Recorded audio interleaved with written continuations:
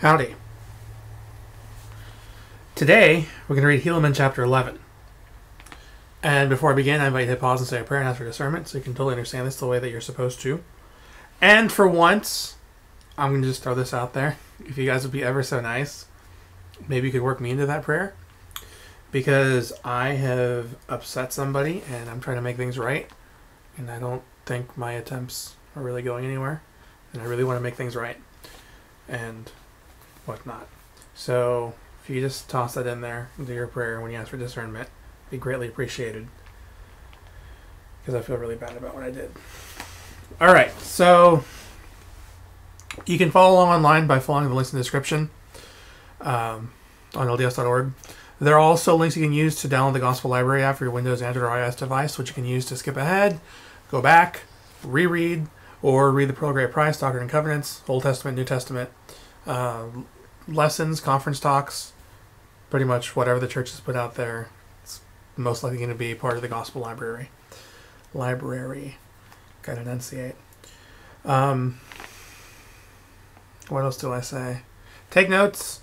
And if you're not sure about something, if you're unclear, please pray about it, reread, and if you're still not sure, pray about it some more, and then ask a missionary, ask another Mormon. You can ask me if you want. I don't necessarily have all the answers, even though it may seem that way sometimes, but I can definitely find someone who knows and get back to you. So let's get started, because I have a lot to read, and I have homework, and it's already pretty late for me.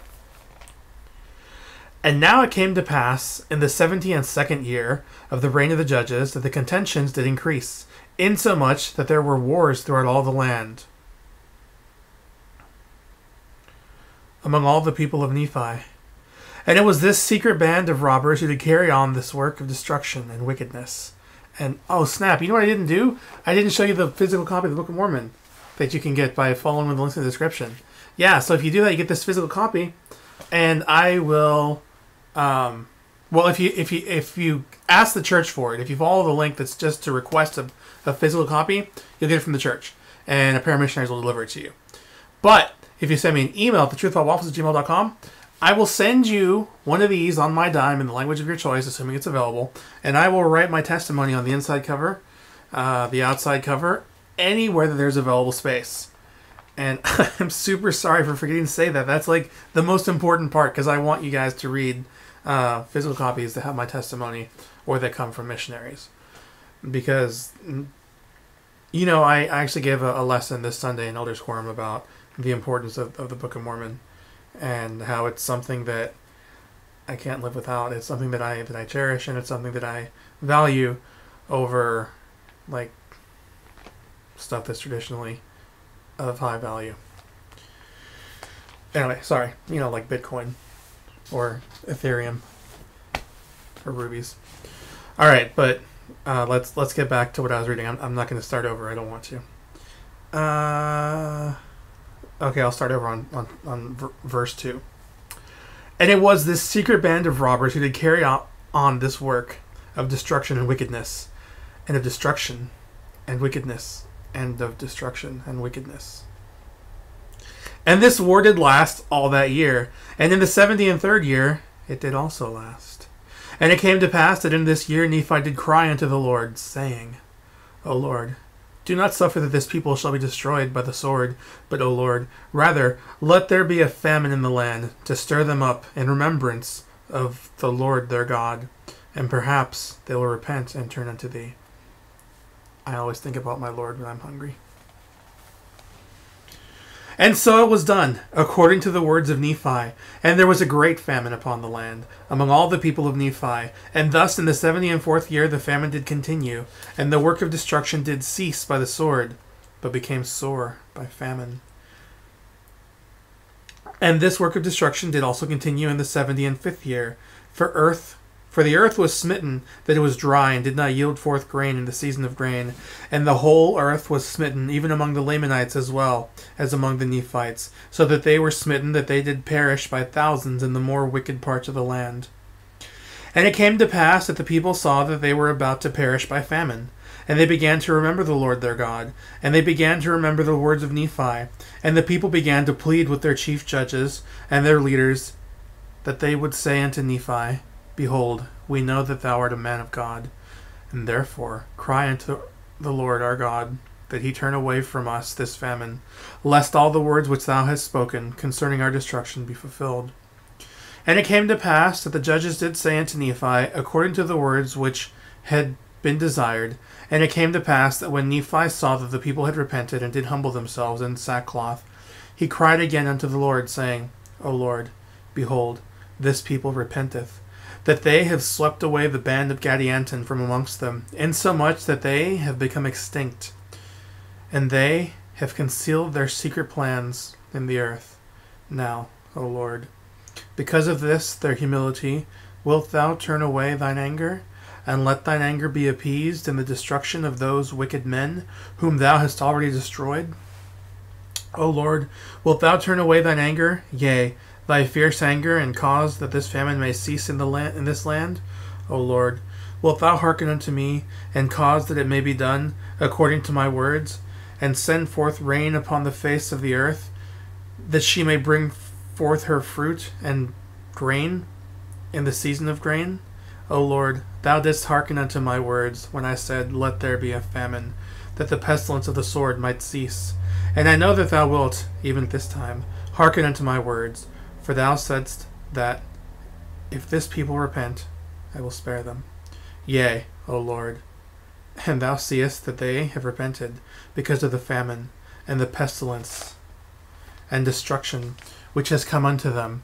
And now, O Lord, wilt thou turn away thine anger, and try again, if they will serve thee?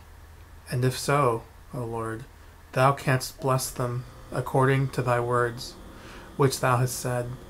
And it came to pass that in the 76th year the Lord did turn away his anger from the people, and caused that rain should fall upon the earth, insomuch that it did bring forth her fruit in the season of her fruit. And it came to pass that it did bring forth her grain in the season of her grain. And behold, the people did rejoice and glorify God, and the whole face of the land was filled with rejoicing, and they did no more seek to destroy Nephi, but they did esteem him as a great prophet and a man of God, having great power and authority given unto him. And behold, Lehi, his brother, was not a whit behind him, as to things pertaining to righteousness. I don't know what a whit is.